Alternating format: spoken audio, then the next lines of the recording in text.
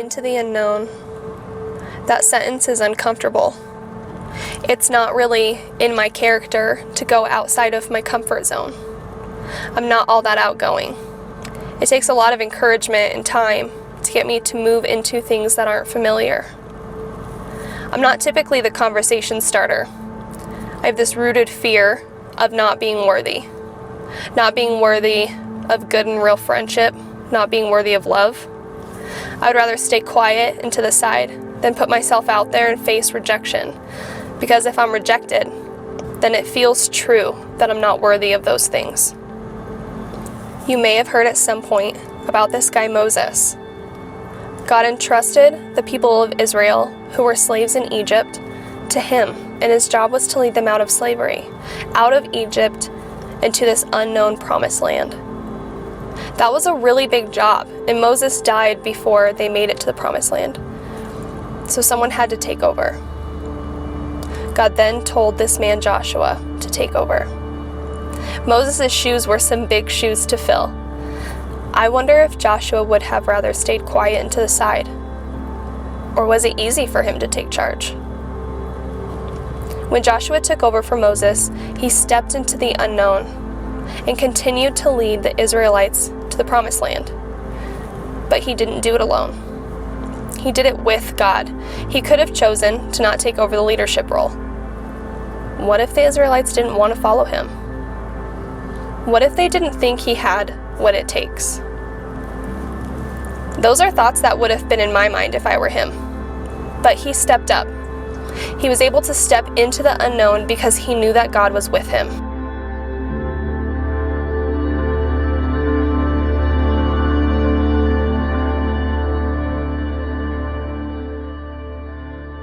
If Joshua had been paralyzed by the same things that I fear, or you fear, what would have even happened to the Israelites? Would they have made it to the promised land?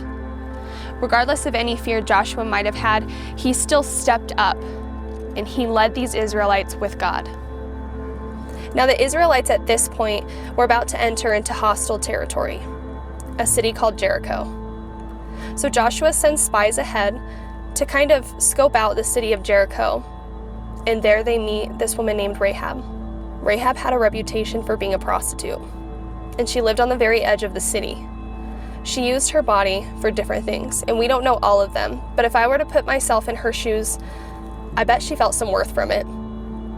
And she probably didn't have a husband at the time, which meant she had no money and no food. And this was a guaranteed way that she could put food on the table. I have a deep compassion for Rahab. We don't know much about her personal life before this moment, but we do know that her line of work isn't a rewarded choice, and that it left her and women like her alone and isolated. And she lived on the outskirts of the city, which meant that she was probably outcasted to a degree. And she probably lived in more of an isolated area to avoid rude comments from people, or to avoid being treated poorly, because I'm willing to bet that people probably disregarded her as a person. But these two spies chose to stop at Rahab's house. There are a couple theories as to why these men stopped at her house, but because of her line of work, they probably knew that this woman would have some insider information about their enemy, the king of Jericho, from soldiers that may have stopped by her house in the past. Somehow word had gotten back to the king that Joshua's spies were visiting Rahab. And so the king sent some soldiers of his to check it out. And Rahab makes a bold move. She hid the spies and lied to these soldiers about where they were to protect them. Here are these two men in her home. She's never met them. She doesn't know anything about them. What if she couldn't trust them? What if she shouldn't trust them? There are all these questions, and yet she chose to keep these men safe. She chose to protect them. Why would she do that? Rahab was facing the unknown. She had heard rumors that the Israelites were going to take over her city, the city of Jericho, by force. She had no idea if she or her family would be safe if that time were to come. And she still chose to lie and protect these men, putting herself at risk, despite the unknown. And because of her actions here, these spies promised that her and her family would be safe when they come to take over the city. And that's another bold move. Rahab trusted these men to keep their word about her safety. And this is also interesting because Rahab was most likely a pagan or a non-religious person. She was also a Canaanite, and Canaanites are a group of people who were sworn enemies of the Israelites. And she was also a prostitute. So what gave her this kind of confidence to side with these men and to protect them when she could have just so easily handed them over to the king of Jericho? And when these soldiers left, these two men came out of their hiding place. And Rahab told them she had heard about what God had done for their people, and that she knew God had given them the land. But if we know that Rahab was most likely a pagan, why did she take such an interest in God?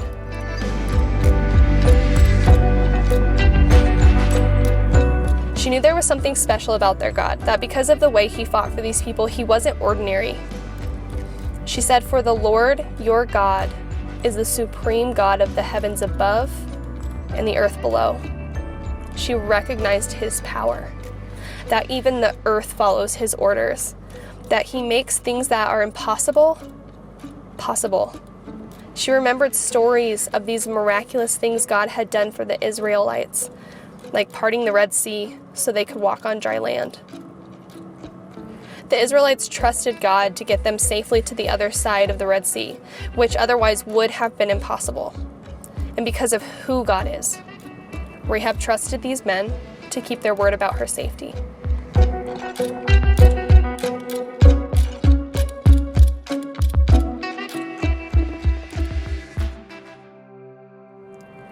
When I was a freshman in high school, my dance teacher told me that I should try out for the cheerleading team. She knew how shy I was and how hard of a time I was having finding friends.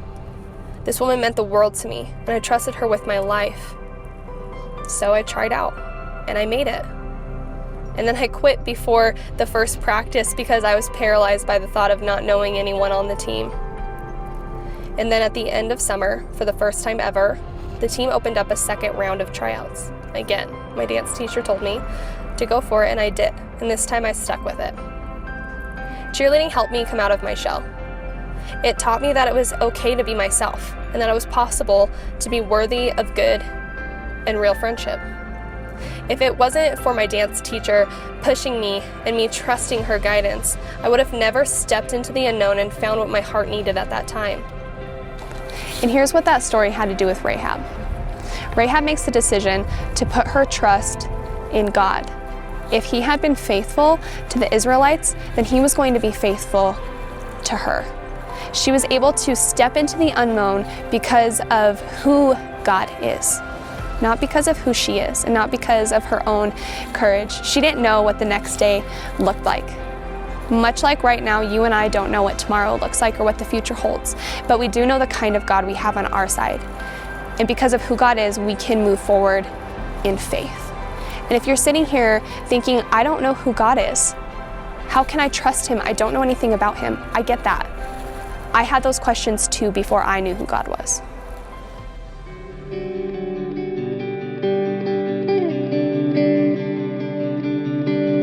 We see with Rahab that God is faithful. He's merciful and he's gracious or good. When the city of Jericho was taken over, Rahab and her family were saved from it because of what she had done for the two men, for the spies that Joshua had sent. And even though she was a prostitute and somebody who came from a culture of not believing in God, Jesus, the Savior of our world, was born out of her family line, which shows me that God can redeem anyone or make it so we don't have to feel the guilt and shame of things we've done in our past. These attributes are unchanging. God will always be merciful, meaning he doesn't give us what we deserve when we mess up. And he's gracious. He gifts us with things that we don't deserve. And he's faithful. He will always do what he said he would do, and he'll keep his promises. The God Rahab knew was powerful. She even called him supreme, meaning that she recognized that he was the highest authority, that he is almighty, that God makes impossible things possible. Jesus once said, "Humanly speaking, it is impossible, but with God, everything is possible."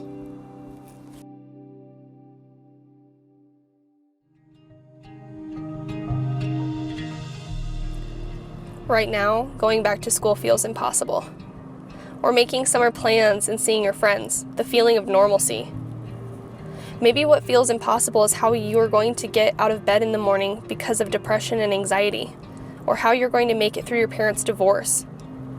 You can face those seemingly impossible things because of who God is, almighty and powerful.